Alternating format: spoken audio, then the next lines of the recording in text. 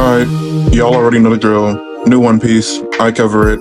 Let's get into it. The episode starts off with a refresher of what happened last episode.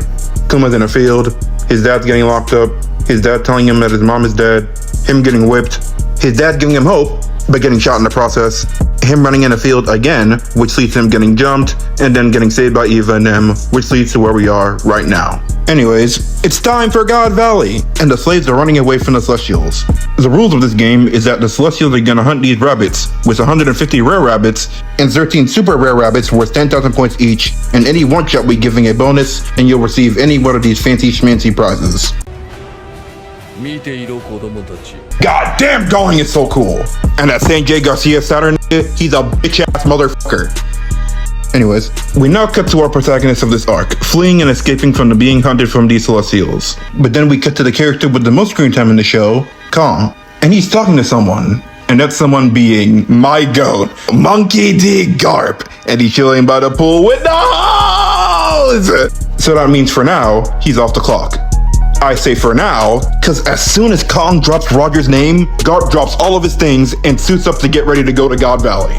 Then we cut back to our protagonist of this arc, as they are running away from getting attacked from these Celestials. Then Eva begins to break things down to the slaves. It's a game that the Celestials made up just to get rid of the locals for the resources and to kill off all 100,000 rabbits in the span of 3 weeks. The reason why it's 3 weeks is to give the rabbits hope of escaping until the game's over. But that's not gonna happen, cause not no Niagara in history has ever survived this game before.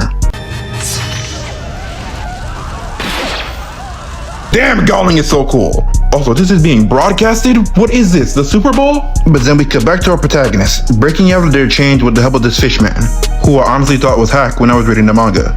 But never mind that, Genie is using her smarts to manipulate the information to make other pirates and marines to come to God Valley.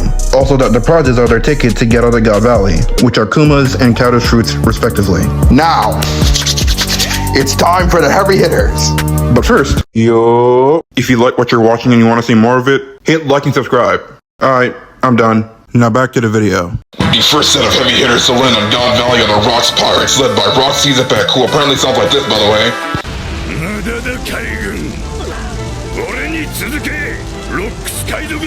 And has a stacked lineup consisting of Edward Newgates, aka Whitebeard, Cheeky the Golden Lion, Charlotte Linlin, aka Big Mom, Preteen King of the Beast Kaido, Miss Buckingham Stussy, Captain John, Gloriosa, aka Granny Nyon, and whoever the hell these guys are who could be Civil Rights or Rangy or two different people entirely. Next up on the chopping block are the Rogers Pirates, led by Goldie Roger, who just looks like Shanks, an Ace, and an older Luffy, and his wings Silver's Ray Lee, and Scopper Gabon, and these other dudes who I don't know the names of. And last but certainly not least, we have Garp the Fist, one of my favorite characters here, with his right hand Bogart, and a bunch of other dudes who are just nameless, and this very handsome guy right here. And it was our man Figolin Galling, who sounds like this in the dub. Stand up for subhuman scum, and you sink even lower.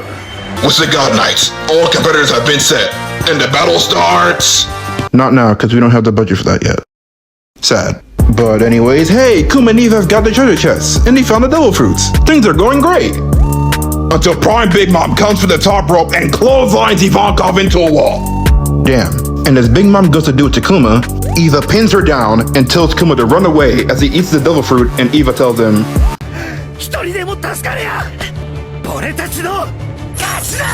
yeah, time for some freedom! Oh my god, who was that? Oh, it's you. I don't like you.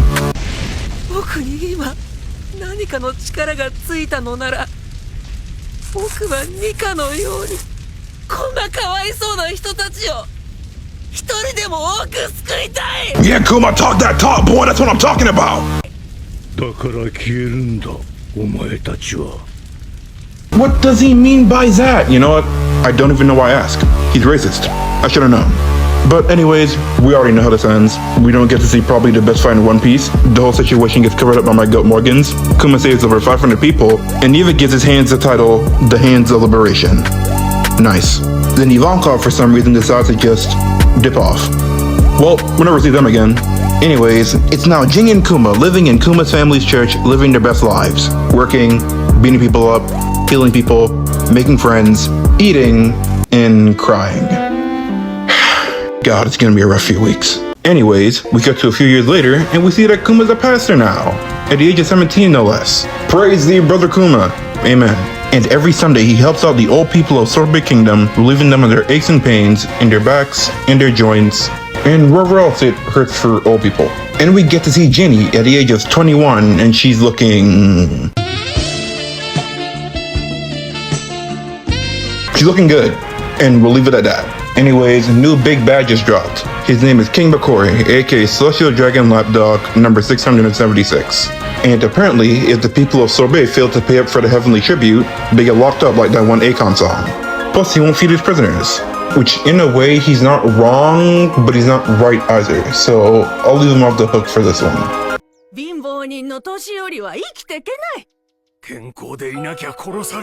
To be fair, y'all are old. Y'all ain't got not much time left. But never to worry, we have Reverend Kuma here to make sure all their aches and pains will fade away. But now, it's time for the moment we've all been waiting for.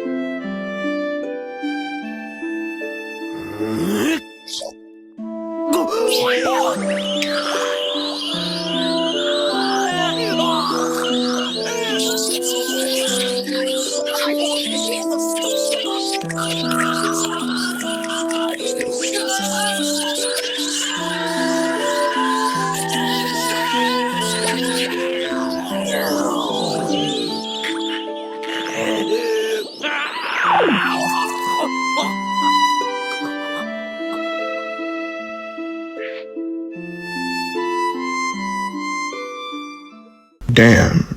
Just damn. I ain't really got nothing else to say. But apparently nothing happened is just irrelevant now, because apparently he does this every single week. I don't have anything else to say.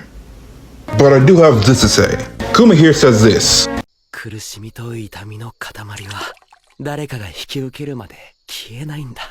But if that's the case, why not just give it to some just criminal dude? Just lock that guy up, give him the pain, and if he dies, just find another dude and just keep the cycle going. But before y'all go, says even if they were Skimmeldeers, Kuma the honest to God man, he wouldn't do that. Okay then, if you don't want to go that route, then just do it to some trash or rocks. There's just some other I don't want to see my boy suffer, alright? Okay, since I'm writing and recording the script at 10 p.m., I'm just gonna speedrun through this episode till the end. Alright, 3, 2, 1, go. Ginny's eating and is happy. Hooray. Kuma is huge. Ginny asks Kuma to get married, but Kuma rejects because he doesn't want to make her unhappy with his buccaneer blood. Sad. Dragon is a bitch, and we all hate him. Kuma begins to revolt against King Bakori and his men, and starts getting active and uses Rusushoku for the first time. But then Kuma and Ginny get locked up, just like that one Akon song, and it looks like there's no one there to save them. Nah, just kidding. Here comes Ivankov to save the day! Oh, and Dragon's here too, I guess. Also, Bakori has a nice throne room, just to let y'all know. And with one prison break later, Kuma and Ginny have decided to join up with Dragon, and they have turned the Revs into what they are today. Then Kuma decides to go back home to the Sorbet Kingdom to help out its citizens. And it looks like things are going great. Until we find out the fact that Ginny gets kidnapped. Sad. You made it to the end of the video. Congratulations! Now like and subscribe for more content that you didn't ask for. Bye.